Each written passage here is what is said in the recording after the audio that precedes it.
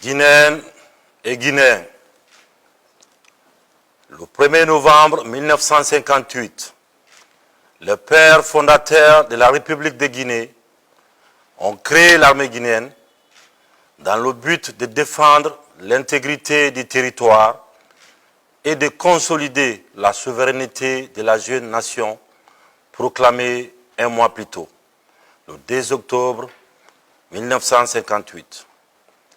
On se rappelle avec gratitude que d'illustres patriotes tels que le général Noumandian Keïta, le général Lansana Conté, le colonel Louis Lamine Diallo, le colonel Kaman Diaby et bien d'autres avaient aussitôt renoncé dignement à tous les privilèges de l'armée coloniale pour se rendre au service de la patrie.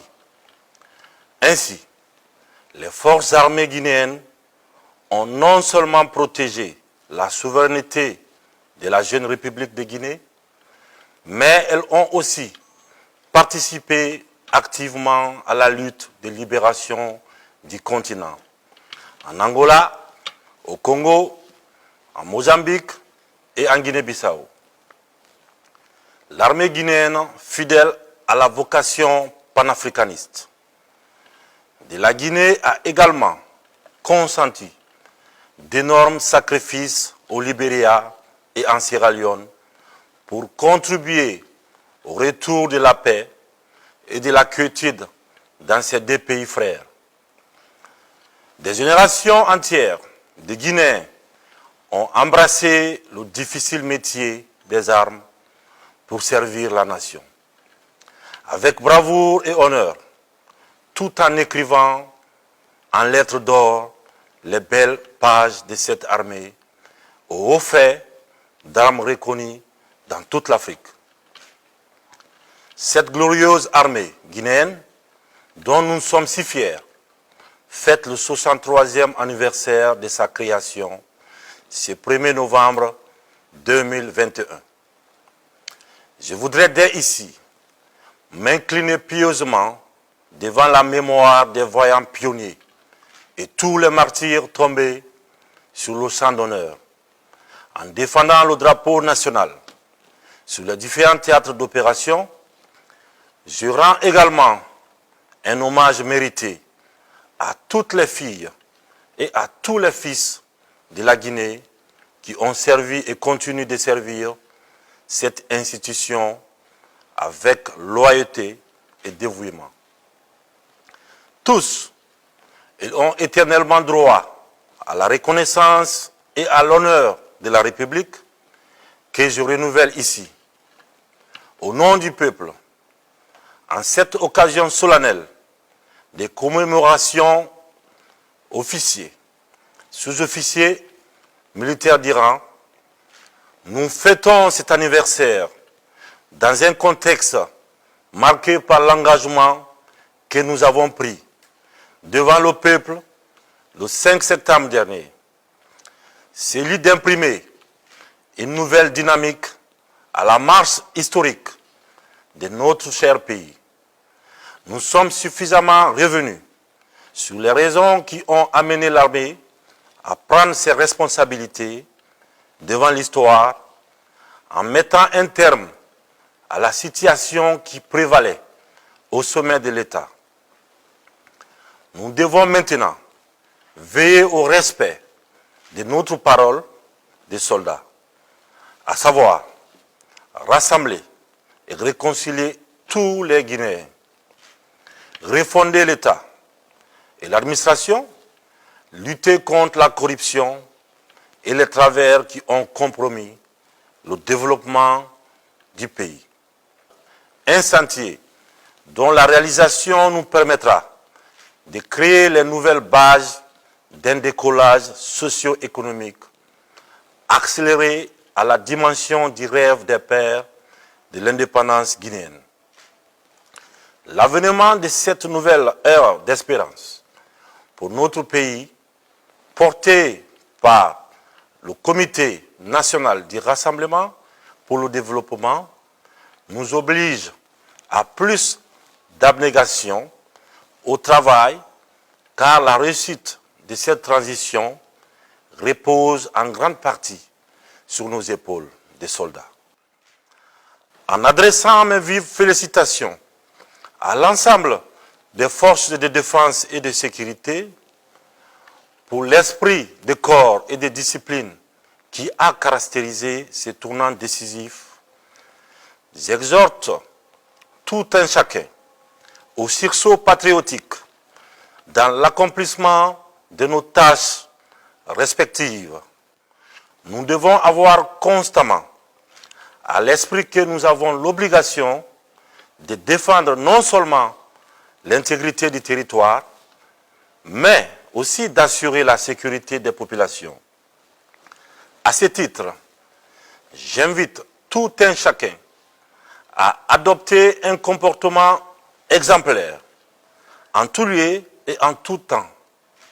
C'est pourquoi j'ai déjà procédé à des changements importants au ministère de la Défense nationale et à la tête des différents organismes de commandement des forces armées. Ces mesures contribueront non seulement à qualifier davantage notre outil de défense, mais aussi à accompagner la transition politique en cours. Officiers, sous-officiers, militaires d'Iran, dans le cadre de l'amélioration progressive des conditions de vie et de travail des militaires, je veillerai personnellement à la mise en œuvre prochaine d'une loi de programmation militaire adaptée aux besoins de nos armées. Le gouvernement s'emploiera à la mobilisation des ressources y afférentes. Aussi, je tiens à ce qu'il y ait la transparence totale dans la gestion des moyens alloués à la troupe, à travers notamment la publication des bordereaux mensuels d'alimentation dans toutes les unités. Les vertus d'intégrité et de loyauté doivent désormais guider toutes les actions du commandement.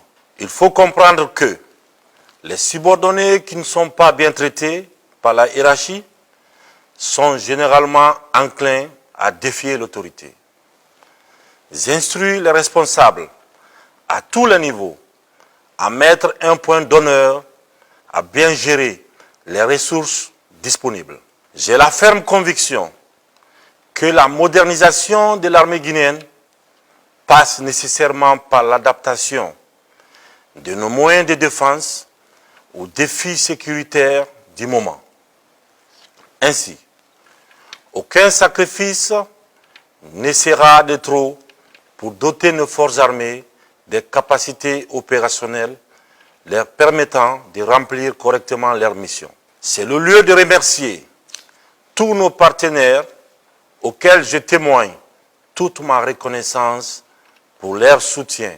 Bâtir une armée moderne passe nécessairement par le respect des droits des personnels des forces de défense et de sécurité, y compris celui de bénéficier d'une retraite digne, qui ne doit en aucun cas être considérée comme une punition.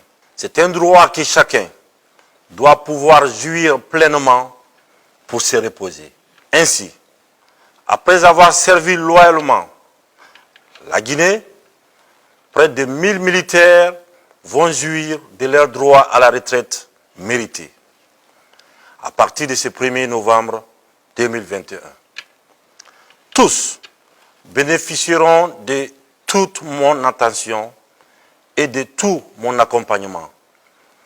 Ils quittent l'armée avec tous les honneurs.